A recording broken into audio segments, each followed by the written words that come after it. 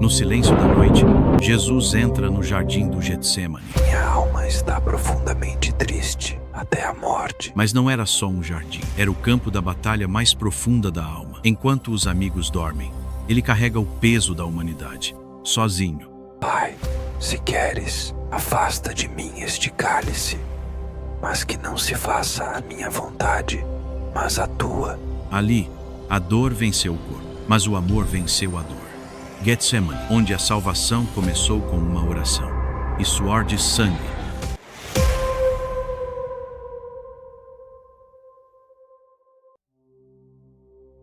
O vento da noite sussurrava entre as folhas das oliveiras, quando Jesus, acompanhado por seus discípulos mais próximos, entrou no jardim do Getsemane. Este não era um jardim qualquer. Getsemane, cujo nome significa prensa de azeite, carregava uma simbologia profunda. Assim como as azeitonas eram esmagadas até liberarem seu óleo mais puro, ali Jesus seria esmagado pela angústia até derramar suor como gotas de sangue. O cenário era calmo, mas uma tempestade invisível se aproximava, uma guerra espiritual prestes a eclodir. Jesus havia acabado de sair da ceia, onde alertou sobre a traição iminente. Em verdade vos digo que um de vós me há de trair. E eles, entristecendo-se muito, começaram cada um a dizer-lhe: Porventura sou eu, Senhor? O espírito já sentia o peso do que estava por vir. A cada passo em direção ao jardim, seus olhos contemplavam a escuridão, mas seu coração carregava o peso da humanidade. Ele sabia o que enfrentaria, sabia da dor, da rejeição, da cruz. Mas Getsemane não foi o local da dor física, foi o lugar da dor da alma, o sofrimento que antecede a cruz. O momento em que até o Filho de Deus se curvou diante do terror do sofrimento. Ao chegar, Jesus disse aos seus discípulos: Assentai-vos aqui, enquanto eu vou além orar.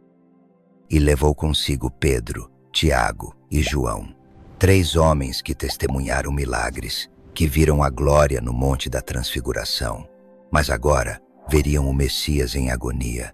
Jesus começou a se angustiar e a se entristecer profundamente. Ele disse: Minha alma está profundamente triste, até a morte.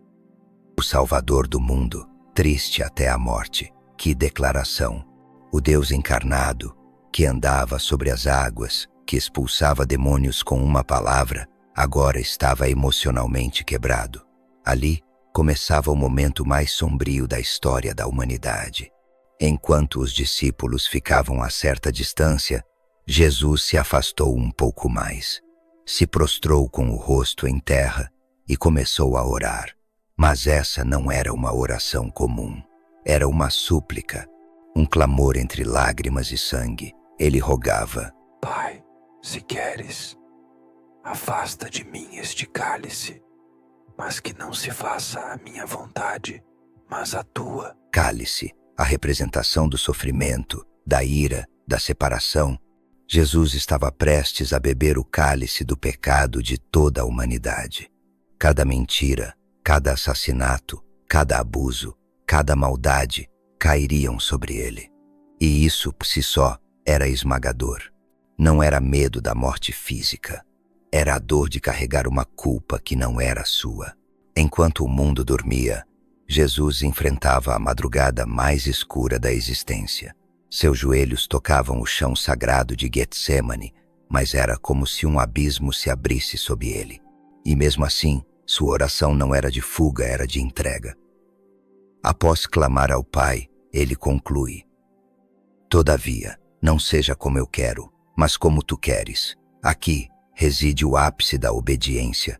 Jesus, embora em completa dor, escolhe a vontade do Pai, Salvador em posição de total vulnerabilidade, suando sangue, uma condição real chamada hematidrose, causada por estresse extremo. Isso não é metáfora, é biologia se curvando ao espírito.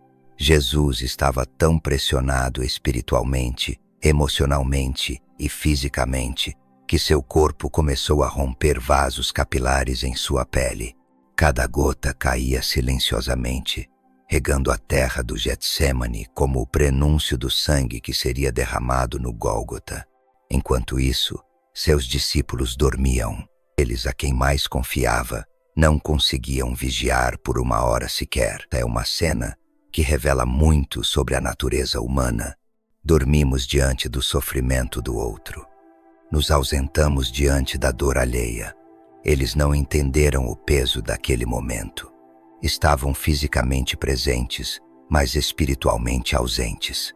E Jesus, ao voltar e vê-los adormecidos, diz a Pedro: Nem por uma hora pudeste vigiar comigo? A tristeza em sua voz não era apenas pelo abandono. Era o sinal de que a humanidade não compreendia a dimensão da batalha espiritual que se travava.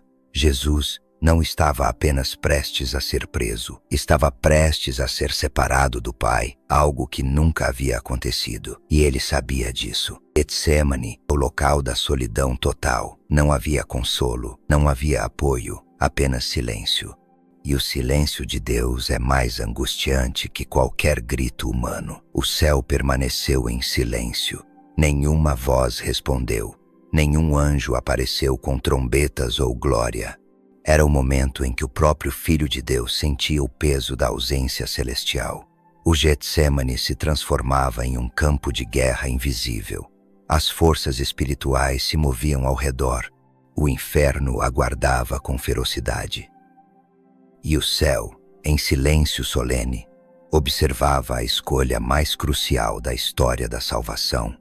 Esse silêncio divino é, por si só, um dos momentos mais dramáticos da Bíblia, porque o Pai não intervém, não há alívio, não há uma alternativa.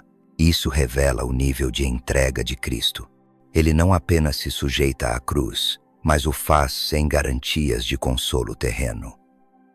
Ele se oferece sem reservas, sem aplausos, sem promessas visíveis. E mesmo assim, decide seguir em frente.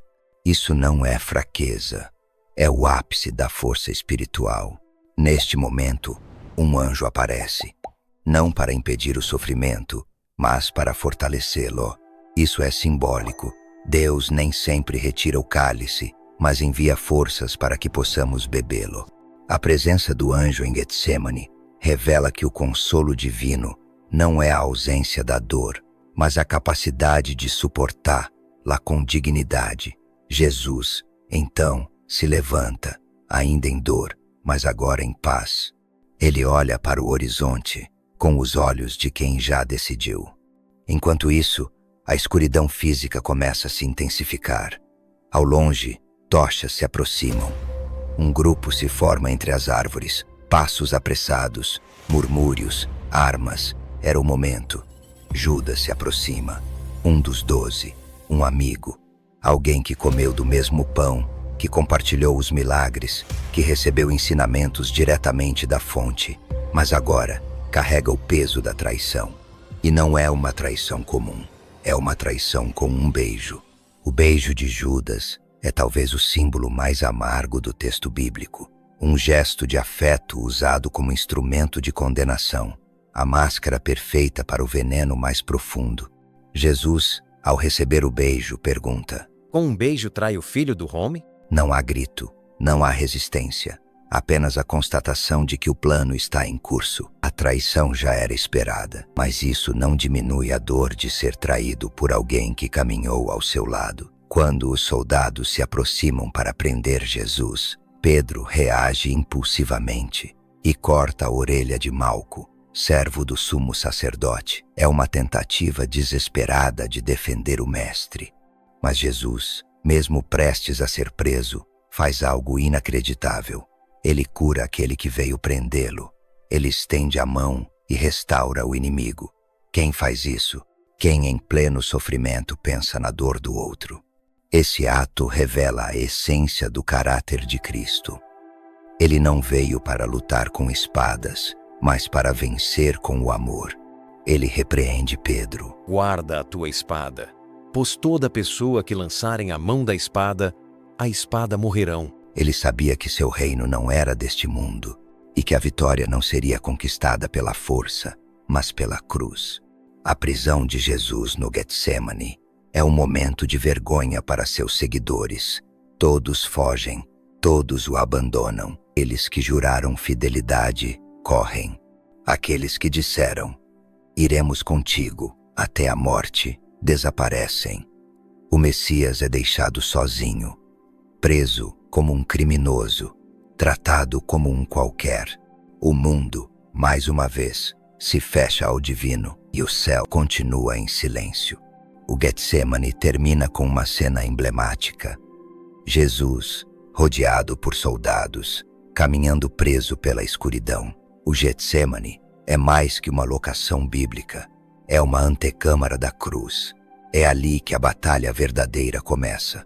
Antes do martelo romano, antes da coroa de espinhos, antes do tribunal e da cruz, houve um momento em que Jesus, o homem-Deus, decidiu que morreria por amor.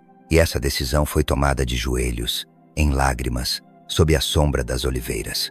O que torna Getsemane tão poderoso não é apenas o sofrimento físico, é o peso existencial, é o conhecimento total do que viria. Jesus sabia que seria traído, torturado, humilhado, rasgado em pedaços, e ainda assim escolheu o caminho, não por obrigação, mas por amor. Esse é o tipo de amor que não se explica, apenas se sente, e quando o sentimos, somos transformados. Aquela madrugada mudou a história humana. A decisão tomada no silêncio daquele jardim ainda ecoa pelos séculos. Ali, Jesus nos ensinou que coragem não é ausência de medo. Coragem é agir apesar do medo. Que fé não é certeza do resultado, mas confiança no propósito. Que amor verdadeiro é sacrifício. Em Getsemane, também vemos o paralelo com o Éden. No Éden, o primeiro homem cedeu à tentação e trouxe o pecado ao mundo. No Getsemane, o segundo homem, Jesus, resistiu à tentação e escolheu a obediência, abrindo o caminho da redenção. 2 jardins, 2 escolhas, 2 destinos. O Éden trouxe a queda. Getsemane trouxe a restauração. E nós, o que fazemos com isso? O Getsemane não é apenas um lugar da história sagrada. É um lugar que todos visitamos espiritualmente. Todos, em algum momento, enfrentamos nossos próprios jardins da angústia, onde o silêncio de Deus parece ensurdecedor, onde nossos amigos falham, onde nos sentimos esmagados pelas decisões. E ali, cada um de nós precisa escolher, fugir ou confiar. Jesus escolheu confiar, mesmo sabendo o que viria, mesmo diante da dor, da traição, da morte, ele decidiu amar até o fim. E isso nos convida a um novo tipo de vida. Uma vida que vai além da religião. Uma vida de entrega, de coragem, de fé que sangra, mas não desiste. O Getsemane não foi apenas o início da paixão de Cristo. Foi o momento onde o céu e o inferno ficaram em silêncio, aguardando a decisão de um homem que era Deus. Um Deus que escolheu a dor, a humilhação e a cruz para nos alcançar. O sangue que caiu naquele jardim foi o anúncio do sacrifício perfeito, o início do fim de um ciclo de separação entre o Criador e sua criação. E o mais impactante, ele fez isso sabendo que muitos ainda o rejeitariam, que alguns zombariam, que outros o ignorariam. Mas ainda assim, ele foi. Getsemane não foi uma obrigação. Foi um ato de amor voluntário. Um amor que ultrapassa a compreensão. Um amor que sangra e ora. Que se angustia, mas não desiste. Que chora, mas permanece fiel. A lição que fica é poderosa. Todos enfrentaremos nossos próprios Getsemanes. Situações onde não haverá resposta fácil. Onde sentiremos medo, solidão e desespero. Onde nossas orações parecerão não ser ouvidas. Mas ali podemos lembrar de Jesus, do exemplo supremo, e repetir suas palavras: não seja feita a minha vontade, mas a tua. Essa é a essência da fé verdadeira. Não é um caminho sem dor, É um caminho com propósito, um caminho onde mesmo o sofrimento se transforma em redenção. E você, que está assistindo esse vídeo agora, está disposto a seguir esse caminho? A história do Getsemane não termina no jardim. Ela continua na cruz, na ressurreição e em cada coração que, ao lembrar desse momento, decide viver com mais fé, mais entrega, mais amor. O Getsemane nos ensina que os maiores milagres não são os que vemos com os olhos, mas os que acontecem na alma. Que o silêncio de Deus não é ausência, mas confiança, que até o Filho de Deus chorou, para que hoje você possa sorrir, que ele sangrou, para que você tenha vida, que ele foi traído, para que você nunca mais se sinta abandonado. Nem sempre Deus remove o cálice, mas ele sempre nos dá forças para enfrentá-lo. Se Jesus passou por Getsemane, nós também passaremos. Mas lembre-se, depois do jardim, vem a ressurreição. Obrigado por assistir esse vídeo. Pedimos que se inscreva em nosso canal e curta esse vídeo. Compartilhe com quem você ama para que mais pessoas conheçam essa história. Pedimos também que você ative o sininho das notificações para ser avisado sobre nossas postagens. Até o próximo vídeo.